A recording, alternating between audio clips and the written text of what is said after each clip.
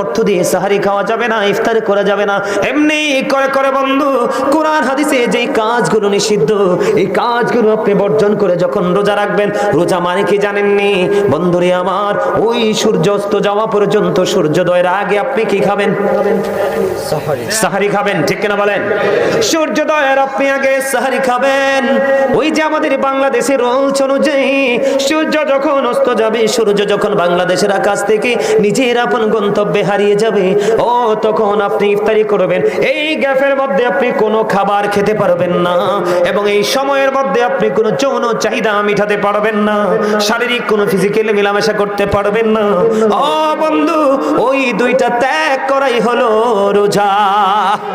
আর রোজাকে রোজার মতো করে পরিপূর্ণ করে আপনি আল্লাহর কাছে পৌঁছাইতে চাইলে আপনি অঙ্গীবদ্ধ করা ছেড়ে দিতে হবে।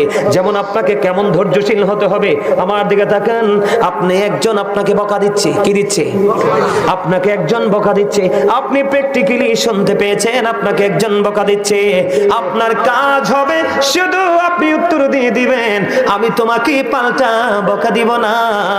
আপনি পাল্টা তাকে বকা দিবেন না, আপনি শুধু বলবেন আমি রোজাদার। সে আপনাকে একটা গালি দিবে, আপনি বলবেন আমি রোজাদার। আপনাকে সে একটা গালি দিবে, আপনি বলবেন আমি রোজাদার। ও বন্ধু, আপনি শুধু বলবেন রোজাদার, আর বাকি কাজ হলো আমার আল্লাহর। ঠিক কিনা বলেন? আরো জোরে। আপনি ধৈর্য ধরেছেন, আপনি যখন সারাদিন খাবার খাবেন না, বুকটা বন্ধ বেকার হয়ে যাবে। ঠিক কিনা বলেন? কারণ খাবার যখন চিবিয়ে খাবেন, পানি খাবেন, মুখে দুর্গন্ধ হবে না। আপনি ওই গভীর রজনীতে ভোররাতে উঠে যখন আপনি সাহারি খাবেন, ওই সাহারি খাওয়ার পরে সূর্যাস্ত পর্যন্ত আপনি পানাহার ত্যাগ করবেন, কোনো খাবার খাবেন না।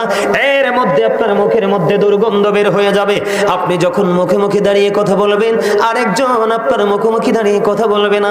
আমার আল্লাহ রোজাদারকে রোজা রাখার কারণে ডেকে ডেকে বলে, ও রোজাদার, একজন ভাই, একজন বন্ধু, তোমার প্রিয়জন তোমার মুখের দুর্গন্ধ নিতে পারলো না, এটা তার কাছে দুর্গন্ধ মনে হয়েছে রে, আর আমি আল্লাহর কাছে মনে হয়েছে এটা মেশক আম্বরের চাইতে আরো সুগন্ধময়। জোরে জোরে কন্যা সুবহানাল্লাহ। ও কুলবাহারের আমার ভাই, আমার বাবা, বাবা গো, আমি আমার মা বোনদেরকে ডেকে ডেকে বলবো গো, হৃদয় উজাড় করে শোনো, তোমরা কোনো অজুহাত ছাড়া তোমরা মুসাফির হয়ে গেছো। তোমরা যদি না পারো রোজাটা ভাঙতে পারবা, তুমি অসুস্থ হয়ে গেছো, তুমি রোজাটা ভাঙতে পারবা, কিন্তু বিনা অজুহাতে, বিনা ওজরে যদি তুমি রোজা, একটা রোজা ভাঙো, কারণ রমজানের রোজা রাখা তোমার জন্য ফরজ। কথা বলে না? রমজানের রোজা রাখা তোমার জন্য কি? রমজানের রোজা রাখা তোমার জন্য ফরজ। কোন অজুহাত